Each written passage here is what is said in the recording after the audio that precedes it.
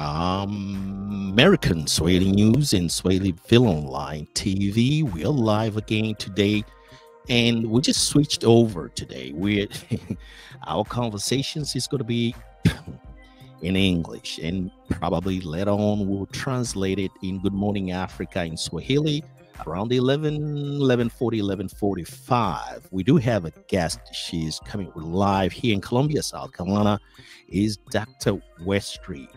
Dr. Westry has a PhD in organizational management and has worked in higher education as a business professor for over 14 years. Wow. Prior to teaching, right, Dr. Westry, she has worked in corporate human resources for 20 years. Wow. What a career. What a career. What a career. And let me turn it down, the music a little bit. I want you to hear who's Dr. Westry. In the year 2014, she became a licensed realtor here in South Carolina and is affectionately known as the house doctor. She helps her first-time buyers, clients find cures towards home ownership, wellness. Dr. Westry also brings a wealth of business knowledge and has a passion for helping people realizing their strength in order to secure careers versus just obtaining a job. Whew. She's from Columbia, South Carolina. Dr. Valencia Westry, she's from Colombia, as I've just indicated in the beginning of these conversations. And welcome to our show, Dr. Valencia Westry. Well, good afternoon, Dr. Nagula. It is such a pleasure to be on your show this afternoon. Thank you so much for having me. You are welcome to a show. Let's begin in these conversations. I know last time when we met, it's been almost like 2 years now. And Dr. Westry, how are you? Let me beginning the conversations by just say hello. How are you? Welcome to American Swahili News and Swahiliville Online TV. And also we are live on the House Doctor's website. YouTube channel. Welcome to our show. Thank you so much again for having me. It's such a pleasure to join you again after a little time away. And I'm just happy to be back. And it's great for us to collaborate and just talk and have a conversation. Well, MBS or Morgaret Business Solution, it's an organizations or a businesses that covers a lot of businesses. Can you just talk a little bit one at a time? What is exactly your businesses, the MBS is focused at this time or at this moment? Welcome, Dr. Valencia. Certainly, Dr. Nagula. So I started Morgaret Business Solutions, LLC, back in 2001. I started this business because I had just come out of corporate and wanted to start my own HR consulting practice. And when I did that, over the years, I've expanded my level of services that I provide. One of the things that I specialize in, among many specialty areas, and I call myself off the record a serial entrepreneur because I love entrepreneurship and showing others how to discover their entrepreneurial rights. And we can certainly talk about that a little later. But my first passion when I entered into the world and the field of human resources was recruiting. That's been my specialty area of HR. HR has many dimensions, but I found my passion and what I do best in the area of talent acquisition and recruiting. Talent acquisitions and recruiting just talks a little bit. That's this a wide array of area in terms of the talent acquisitions. What area exactly are you specialized in? If somebody just come out there and ask that question, welcome, Dr. Valencia Westry. Thank you again. So with talent acquisition, which is commonly referred to as recruiting, my area it's a very diverse background. I've touched on recruiting in various industries. Most recently, over the last 10 years, I've been specializing in healthcare recruiting. So in that role and working with small business owners all the way up to larger corporations, I have been retained on several projects with my company to serve as a liaison, if you will, for companies to outsource my services and assist them with getting top talent, top employees into their workforce and developing that workforce with very bright candidates. And so my focus has been making sure that I serve my clients well and identify top tier candidates that are qualified for the various positions that they entrust with me to get filled in their organization. Wow. So for those of the for listeners out there who are listening to us, let's say for example somebody just pop up now and listen to our conversations, and they hear what you have just alluded a few minutes ago about your job, the area of, that you focus. So we just put the contact informations, as you can see the banner just go around there. So do you have a website where our viewers and our listeners, they can just go and find Wells MBS is? Welcome, Dr. Valencia. Sure. Morgaret Business Solutions can be found at www.morgaret, MORGARET, businesssolutions.com, all one word. And you can find my website there that will go into more details about the services that I provide. Okay, let's move on now to different areas, because you've been known for doing a significant numbers of area. Let's talk a little bit about now career coaching. Welcome, Dr. Valencia Westry.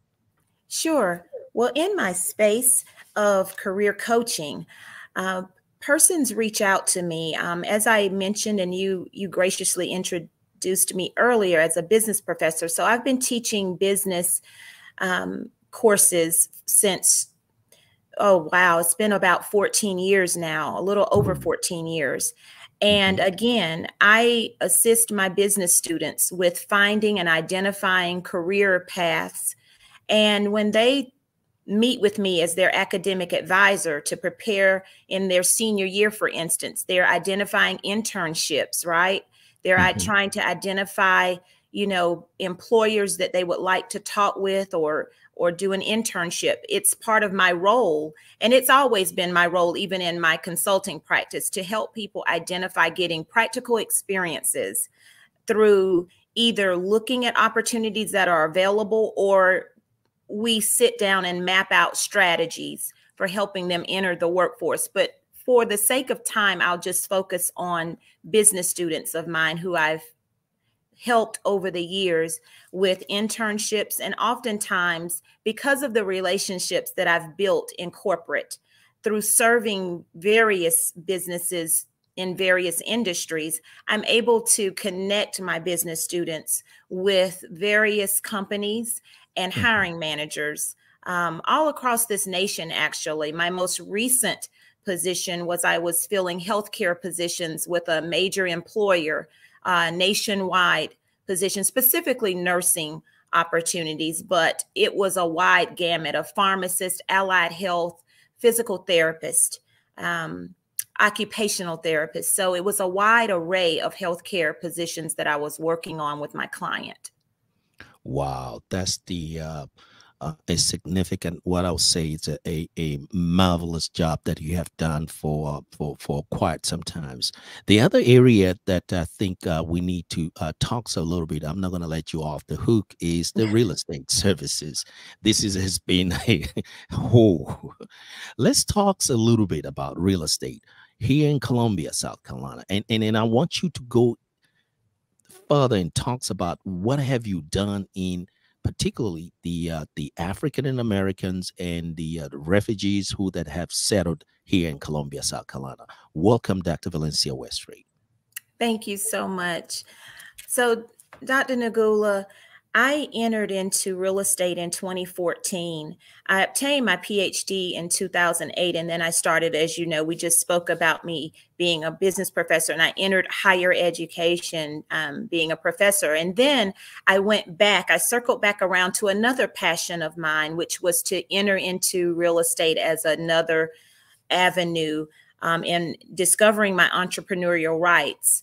I wanted to go into the field of real estate because in real estate, it also allowed me, along with my consulting practice and the freedom I enjoyed through my consulting business, I wanted to have that same freedom with setting my own financial goals and having flexibility, so to speak, with my earning potential. So, you know, in real estate, and I've enjoyed educating persons on the in real estate and how to get about how to start a career in real estate. But you are a 1099 independent contractor, and you once you obtain your licensure in whichever state that you're in, you then have to place your license at a brokerage of your choice.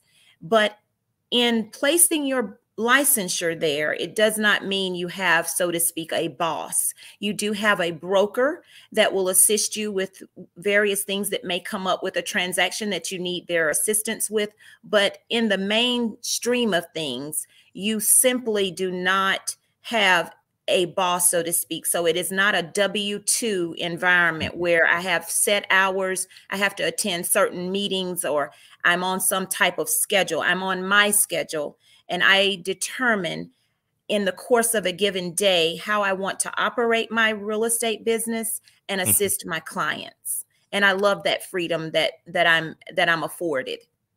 You love the freedom that you afforded, and you enjoying doing the real estate businesses. Let's focus now on particularly what I've just mentioned to you a few minutes ago. The area of the real estate, Sure. particularly in finding how affordable housing. The program that you're running now as we speak. Welcome, Dr. Valencia Westry. And sure, thank you. So what I'd like to say so that I can position and frame. So when I transitioned with teaching in higher ed and entering into the real estate space, I didn't want to lose my affiliation with being an educator. So I self-branded my name, and real estate is the house doctor. And my Wow. slogan as the house doctor is I find cures towards Mhm, providing home ownership wellness. I find cures towards home mhm, ownership wellness. And I really thought that that was a great way for me to transition and still stay connected as an educator, because oftentimes mhm, I work with a lot of first time buyers. mhm, And in doing so, it really resembles me being an educator for business students that are picking a major. They don't really know the ins and outs of what a business major looks like. And mhm, I'm holding their hand for 4 years and teaching various courses and guiding students towards the finish line of graduation, right? And mhm. so that same passion and that same holding hand concept with my real estate clients is really the same thing. So the house doctor takes care of first time buyers as well, just like I take care of first year students, business students, all the way to their 4th year. And We so, to go ahead. answer your question Mhm, about the mhm, services that I've provided, I've had a very unique experience over the last, I want to say, over the last 3 years. You mhm. know, you and I are colleagues, and we met many years ago in higher ed. And there was, over the last 3 years, you brought to my attention that there were refugees coming here through a from another country here, and that they may be able to Yes, benefit from my services because of absolutely. the patience and my years of real estate. You Mhm, felt that I might be a good resource for those persons wanting to purchase their first home. mhm. And as you well know, we have been able to assist 4 families, and I'm so proud of you and I working together and collaborating over the years to ensure that we have had success with assisting 4 families in obtaining their very first home. And so the house doctor is quite pleased that she found cures in that regard as well. Wow. So can you just talks a little bit about the process itself? I know it's very long, It is and long. there's a lot of steps need to be followed and requirements. What are the just basics requirements that, let's say, for example, a person who's chasing the American dreams here in Sure. America and then wants to be the first buyer? What are the first basics requirements before they make a phone call to the house doctor? Welcome, Dr. Valencia Westray. Well, certainly, a lot of my clients are referred to me, as you know, and certainly you were an integral part in me meeting these 4 families. And as I mentioned to you when we sat down initially about what are some of the things they would need to have done, the first step in the home ownership process is to identify a lender who can let the client know where their credit stands. Now, on this show, I will not dare go into trying to be a loan officer. I will stay in my lane.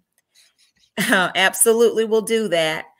But typically, the score right now is somewhere between 580-ish. It just really, and 620. But it really just depends. A loan officer would have to pull their credit and Mhm, absolutely evaluate, and it's a case by case situation. Nobody's credit situation is the same, so they look at whatever they need to look at, and they then, if the person is qualified and can meet the requirements for mhm, moving forward with me, which is a mhm, general marginal range of, I believe, between 580-ish, somewhere in there, to about a 620, you may mhm, be in that ballpark if you meet those criteria to successfully get a pre-approval from your lender.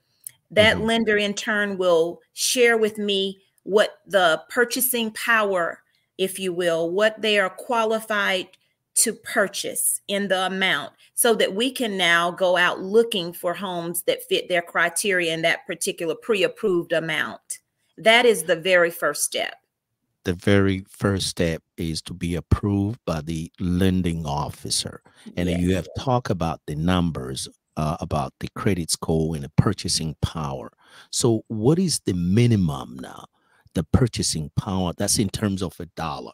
So, can you just give us just the ballpark out there, maybe when they come over and start making a Sure. phone call, Sure. and then they'll be able to understand exactly what are you talking about here. Welcome, Dr. Valencia Westray. So when I speak of purchasing power, the loan officer is going to get an application completed with their salary information, what they are bringing into their household, that what amount of income, and then purchasing power is based off of salary. So whatever that household income looks like, that loan officer will evaluate that application and determine, based on income, Mhm, based on whatever debts. mhm, Debt to income ratio is what loan officers tend to use, that language. And they determine on their scale, again, I can't get into those specifics, but they evaluate all of that. mhm. And then I am given a pre approval amount. And typically for first time buyers, I will give you a range, but this is not in any means absolute. But the range for first time buyers that I have been working with, they have Mhm. typically been pre-approved in the area of between 160, $180,000, all the way up maybe sometimes to Wow. 225,000.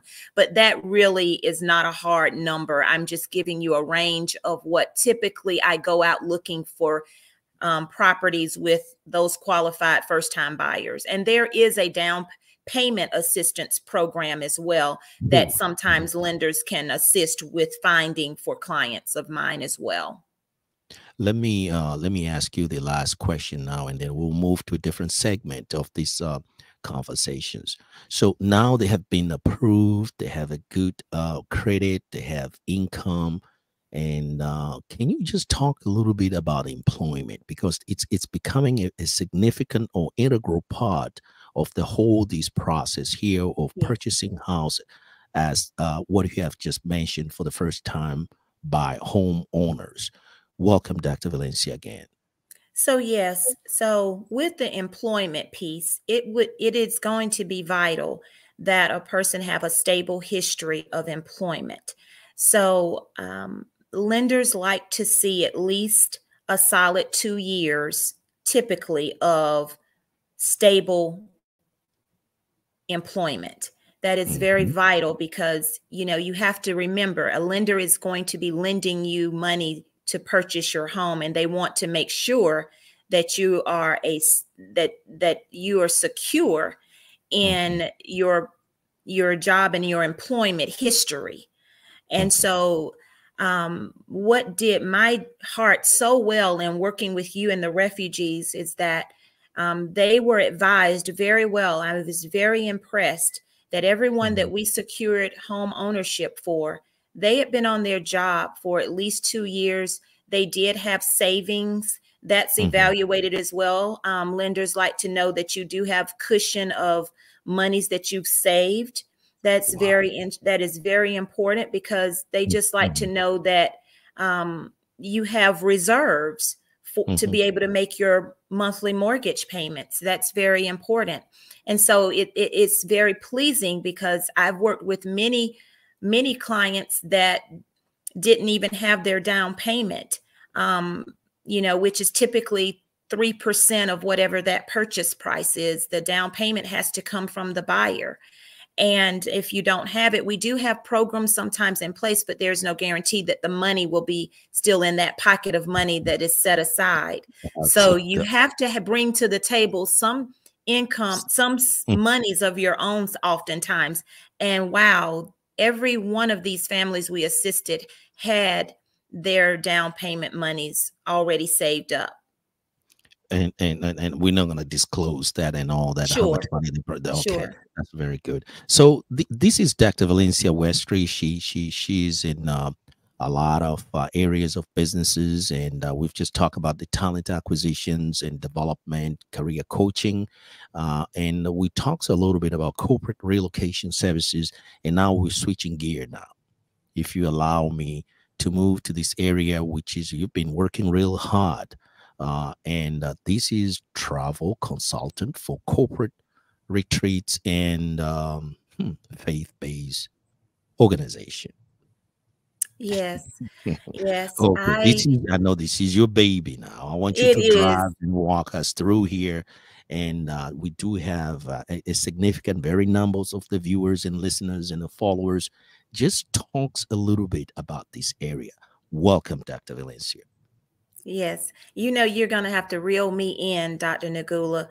with my travel baby, Okay. because Uh-huh. um, and let me say this. Hmm.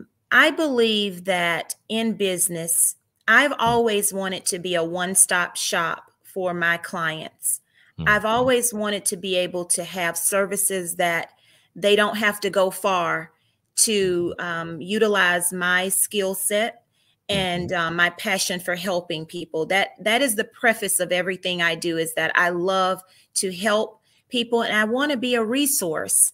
No pun intended on human resources, right? Hmm. I love to be a resource for people. And this last venture of mine, it occurred about 5 years ago. I got to thinking about, and the pandemic did happen, and we are certainly still working through that. But travel never stopped, to be honest with you. And I found that even with real estate, I was meeting people, I was meeting clients and assisting them, and they still needed to, after they got in their home, they wanted to celebrate, right? They wanted to celebrate that victory and go somewhere and travel with their families. And I said, I can assist you with that. What do you need? Are you trying to book a cruise? Are you trying to book something for your a corporate retreat? Because I've assisted many different persons that are in different arenas. For instance, I worked with an engineer, and he gave me, once we were done with him purchasing his new home, when he relocated here from Virginia, he then told me that he had a business partner who owned a small company, and that they were trying to put a corporate retreat together. They were trying to do an empowerment session for their new managers. And he asked me, he said, I know that you're in the space of travel and that you're a travel advisor as well through your corporate travel services. Can you assist my colleague? And I was delighted to help put a corporate package together for them to hold their retreat. I also put a group destination retreat together for a church, or for a church ministry, because they were taking their young adults to on a cruise. They wanted to put it together for their young adults, and I was able to help them book that travel with my travel services and my corporate relocation services entity of Morgaret Business Solutions, which is a sub category of the services that I can provide.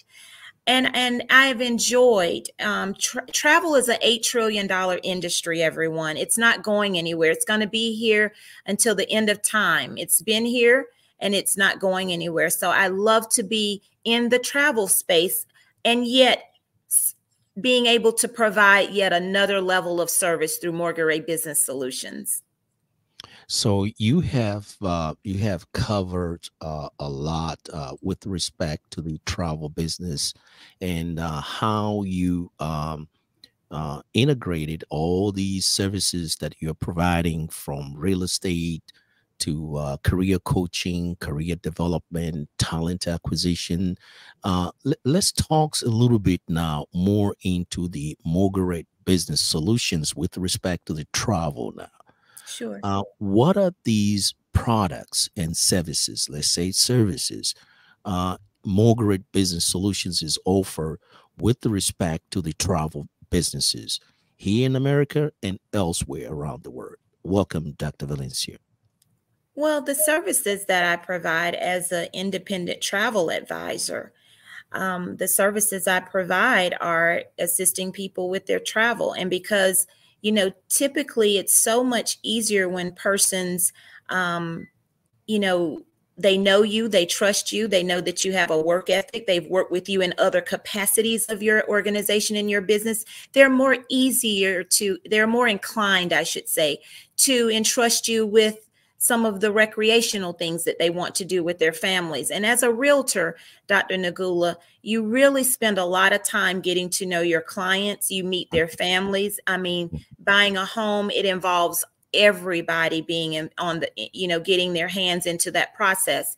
And so you get to meet and you hear so many conversations of what their dreams and their goals are. And I'll be quite honest with you, some of my former real estate clients and even realtors that I work with on a day-to-day basis, they have actually come to me through Morgaret Business Solutions because they know what I do. And they've actually asked me about showing them how to actually get into the travel space as well and become,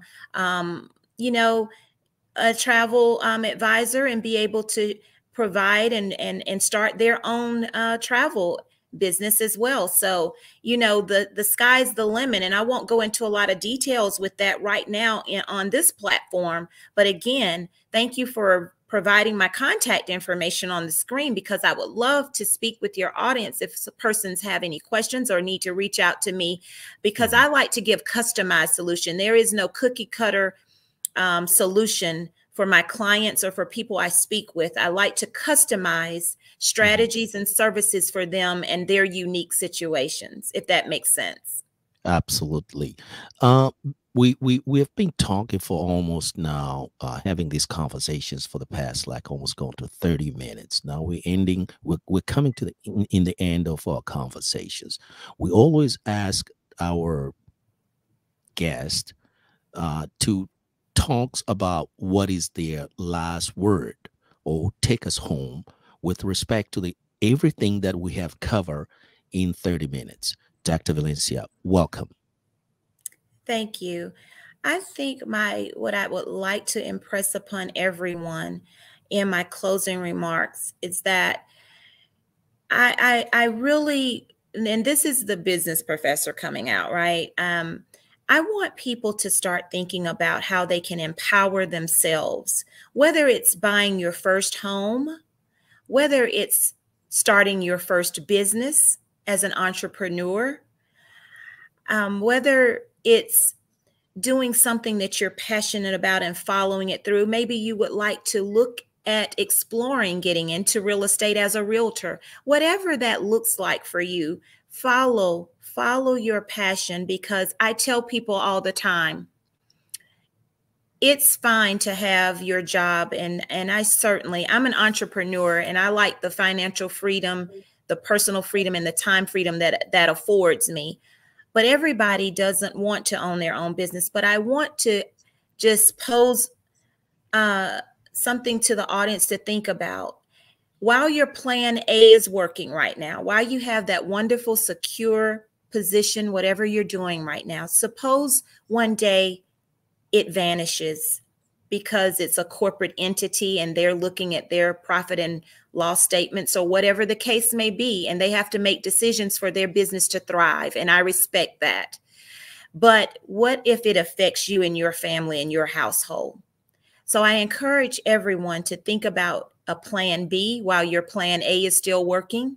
Get a plan B in place and discover your entrepreneurial rights so that you will not be in a bad situation should your primary source of income dissolve before your eyes. Start putting contingency plans in place now. Before I let you go, spell out the word poor, P-O-R. You know what? You always, you never seem to amaze me. And we have such a great time collaborating on various platforms and things that we talk about from day to day. And I want to publicly thank you, Dr. Nagula, for your passion and for your advocacy for the refugees that have come over to the United States, and you introducing me to 4 families that I was able to serve. And they are now in their very first home, and they are experiencing the American dream. I want to publicly thank you for all of your efforts and all of the things that you've done in being an advocate for that community that you so proudly serve. And I proudly served alongside you, and I just want to say thank you. You're welcome. Now, I will end this, and I know I really want to respect time.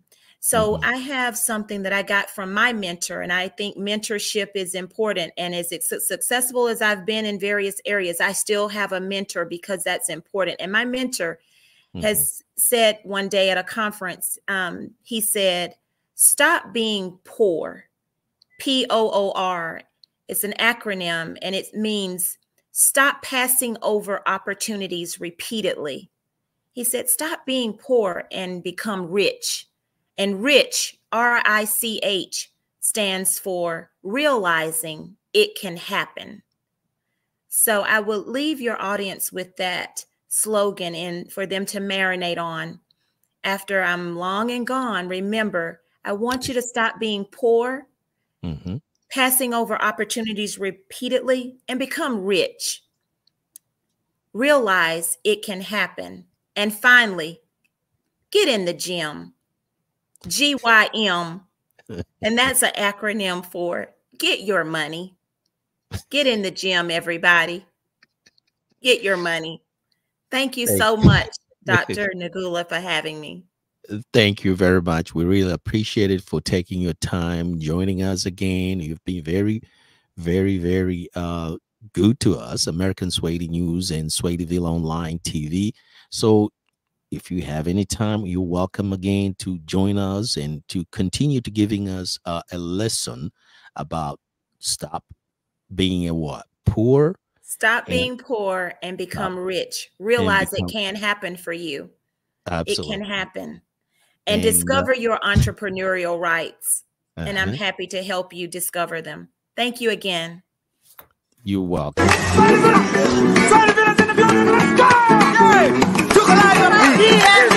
DMV.